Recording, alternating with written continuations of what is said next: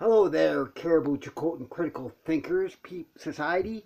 I just want to mention one other thing about UFOs and aliens and gods. Uh, I seem to recall like people mentioning about this dude named Melchizedek, or I'll just say Mel for short. Right? They always have to say these big, fancy, long words like the Archangel Gabriel. When they just say Archangel Gabe or Archangel Michael, or they just say Archangel Mike. So instead of saying the High Priest in the order of Melchizedek, I'll just say Mel for short. Okay? So, anyways, there's this dude in the Bible named Mel. He's mentioned in Genesis, also mentioned in Revelations, right? So this guy named Mel apparently built the foundations of the city on earth, which is a big, powerful city. I can't think of the name of it. I can't even remember what verse in Genesis, but just look it up, Google it or something. Melchizedek, right? It's not hard to Google. Anyways, so he builds the foundation of the city, and if you look in Revelations, when Jesus dies, goes to heaven, and he sits on the right hand side of his dad or himself, whatever. Like some people, Trinity, all one. Anyways, so Jesus sitting on the right hand side of God. He was made in a high priest in the order of Melchizedek. And when you look up Mel, the meaning of it, Melchizedek, I mean, it means king of peace, where Jesus is merely prince of peace. Odd. Well, and the other weird thing is that just like Yahweh or the Hebrew deity, he has no beginning and no end. Well, guess what? Melchizedek also has no parents and no beginning and no end. And he has no parents and he has no ancestors and no descendants. No ancestors and no descendants? Who's this dude Melchizedek? Right? You look at the Jewish religion, they make a big issue out of it, and they just say he's just some high priest. They don't really explain nothing, right? But it's very weird, right? Some of the alien dudes think he's an alien, just like they think Jesus is an alien. Just like how they think that, what do you call those Nephilim dudes, whatever, where angels came, they lusted after the, the women of earth, right? Because they were all excited. Oh, look how sexy they are. Let's go down to earth and make ourselves some wives, right? And they had some offsprings, and these offsprings became men of power and giants and stuff like that. And some of the different Christians, people have different belief systems. Different churches have different doctrines, right? The more popular ones are that the offsprings of these angels and human women became like Hercules or Zeus or any of these Apollo and all these pagan gods, right? Because they also, if you look at their religion, they also have gods that, oh, they think, oh, there's a mortal woman. Oh, God, she's kind of sexy. Oh, let's have kids, right? Right, and you get them pregnant, and that's how you get Adonis or those other gods, Hercules and stuff.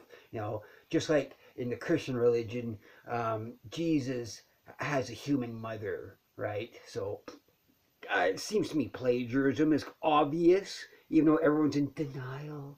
The Muslims totally have nothing to do with this, right? They look at Jesus as a prophet, right? They don't think he's a half blood or whatever, right? But anyway, that so I think all that's it's not proof of aliens. And the other thing too that I've always found irritating about the UFO cults, right? And hey, I'm sure there's aliens out there, right? Sure, I'm sure there is. But all these what do you call it? All the popular mythologies of aliens, 99, if not all of it, is bullshit.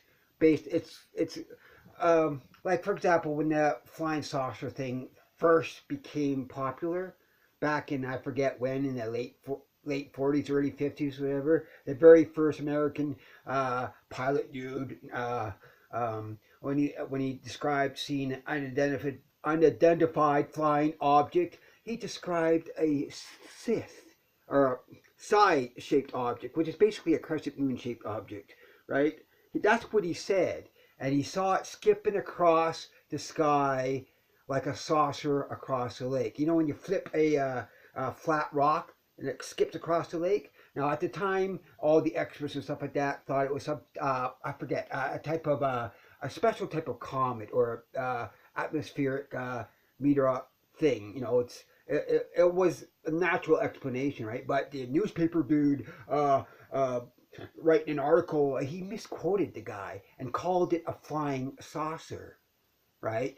And from that misquote, all throughout the media, like from the Twilight Zone, Outer Limits, and all those other B movies in the 50s and stuff like that, they kept on quoting the misquote, and they had the flying saucer concept, right? And it wasn't even the original. Well, anyways, it's based on a myth. So that calls into question everyone else who said, I see a flying saucer, I see a flying saucer. Calls into question all that. Attention seeking, lonely people that want to feel important, I don't know, right? A lot of it, I'm sure it's actual misidentified things and a lot of sincere people, right? But I'm just letting you know, right? And the other thing that annoys me about flying saucers and UFOs and stuff is that all the blinking lights. See, the reason why airplanes have blinking lights is so the watchtower guy and the planes landing and other planes are taking off and other planes are coming and stuff. That's to like, so the blinking light, it's kind of like blinkers of a car, right? It's for the guy on the watchtower telling the plane to take off. That's what it's for. If you're a interplanetary and other solar systems coming to Earth, you don't need blinkers and shit like that. You don't need these blinking lights. It doesn't make any sense at all, right? So, and here's another interesting thing that I forget what the years are, but I remember reading about how when blips first, and it was actually hot air balloons first.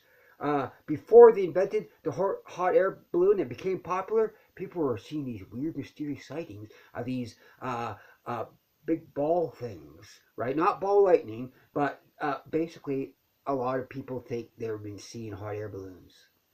That's basically what they're seeing. And the same thing happened with the airships, the blimps and stuff. Prior to the blimps became popular media, people were having these weird sightings, and they're described as giant balloon things. And also the people were describing, I see a triangular-shaped object. And a couple of years later, the military released, declassified a triangular-shaped, supposed to be a stealth plane. So radars would pick it up. So coincidence, put two to two together. It doesn't take a rocket scientist to figure this out, right? Anyways, rocket scientist. I just wanted to let you guys know about all that stuff, Just don't get, like, hey, I'm sure there's aliens out there. I'm not saying there's no aliens. Actually, I don't know, but statistically probability that there is. That's all I have to say. But all the stuff you see in the media is just bullshit. Get a grip, get real. Anyways, just sharing my info, okay? I just think about it, have an open mind, but don't have it too open because, it gets a little windy there, a little drafty, and a lot of garbage can blow in, right? Just let it blow right out, right? That's why you have to be skeptical. That's why you have to follow the simplest explanation is usually the right one, And that's all I have to say about that. Okay, see you later.